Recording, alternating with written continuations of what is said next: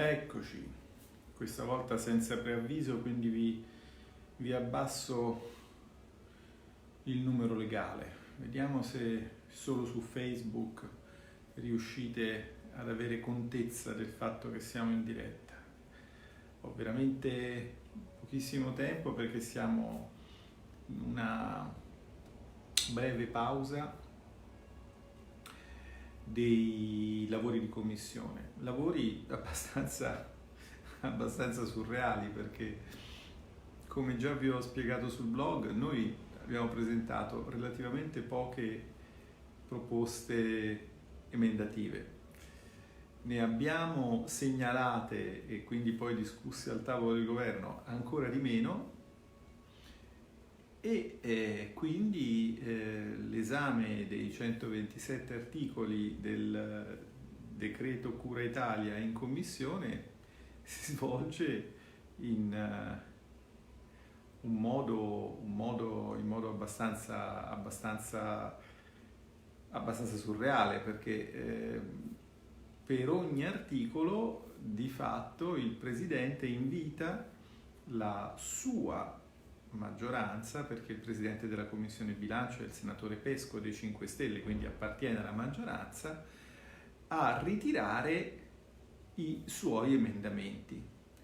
Quindi immaginatevi che su un articolo mediamente, diciamo un articolo corposo, non so, penso all'articolo 19 dove c'erano oltre 200 subemendamenti a un emendamento del governo, ci sono stati tipo, non so, 250 inviti al ritiro di roba della maggioranza, a grandi linee, e tipo 3-4 voti contrari a noi. Vi faccio quindi capire in questo modo che se i lavori sono lunghi e protratti e sicuramente tireremo notte, questo per noi non è assolutamente un problema, non è certo per spiegare in 30 secondi i motivi della nostra volontà di votare a favore di noi stessi, ma è per assistere impotenti, increduli allo spettacolo di una maggioranza che non è d'accordo con se stessa e che quindi o invita i suoi membri a ritirare emendamenti per, diciamo così, convertirli in ordini del giorno, cioè in esortazioni a un governo che non ascolta neanche chi gli ha votato la fiducia, o accantona diciamo, le cose più tossiche per la maggioranza, che poi sono quelle fondamentalmente di Italia Viva, che in quanto ago di questa bilancia sbilenca ovviamente ha un potere, diciamo, negoziale notevole, quindi le loro cose vengono accantonate. Sapete, se avete letto il regolamento del Senato, ma vi ho già accennato a questa cosa, l'accantonamento è una facoltà del Presidente, può disporre che un certo emendamento venga messo da parte per essere votato dopo, quando si raggiunge un accordo politico o quando l'esame viene comunque più approfondito. Quindi noi adesso di articoli votati definitivamente, nel senso che tutti gli emendamenti sono stati votati, noi siamo arrivati al 48, ce ne saranno una ventina, in tutti gli altri è rimasto qualcosa di accantonato. Tutte le nostre proposte sono state respinte, tutte, quindi tutte, tutto quello di cui abbiamo parlato, e va bene così. Noi abbiamo votato a favore di alcune proposte sensate della maggioranza, sta tutto a verbale, nel resoconto sommario. I lettori del mio blog sanno poi come vedere chi ha fatto cosa e si va avanti così. Noi sappiamo già che il governo ha messo la fiducia, che significa fondamentalmente, diciamo, far star zitte le opposizioni, e va benissimo così. Ho trovato molto divertente che il ministro per i rapporti col Parlamento, dopo che su un articolo noi avevamo ascoltato per 15 minuti invito al ritiro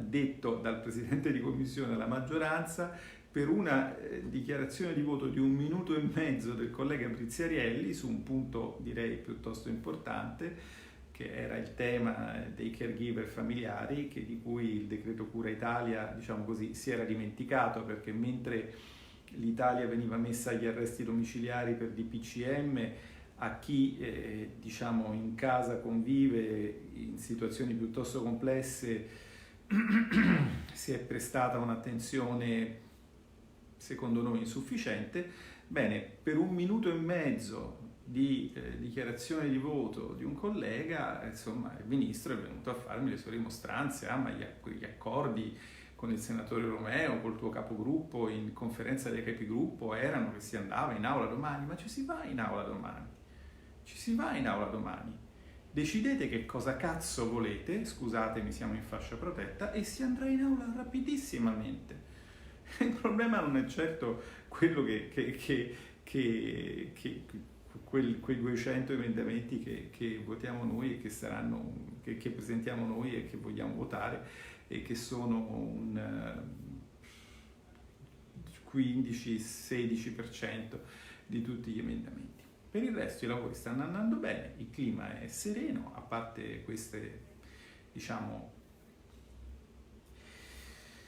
lievi cadute di stile, cui io non rispondo perché non mi va di rispondere alle provocazioni, e il decreto verrà votato tranquillamente in aula dopodomani. Io interverrò in discussione generale sulla fiducia, gli altri colleghi interverranno in discussione generale dopo la relazione, e Matteo interverrà in dichiarazione di voto sulla fiducia. Questo è quello che ci aspetta nei prossimi giorni, sempre che, diciamo così, non mi arrestino e non mi traducano nelle patrie galere mentre dal Senato me ne torno a casa mia, perché questo è un punto ancora irrisolto di tutta la amena vicenda, diciamo, dei DPCM. Dopodiché, ovviamente, bisognerebbe fare delle riflessioni. Io vi lascio da questo oggetto, che è, come vedete, una poltrona. Nella mia stanza le ho fatte mettere in blu Savoia, perché, diciamo, non si è mai abbastanza nostalgici. Sapete che una volta il Senato era blu, non era rosso.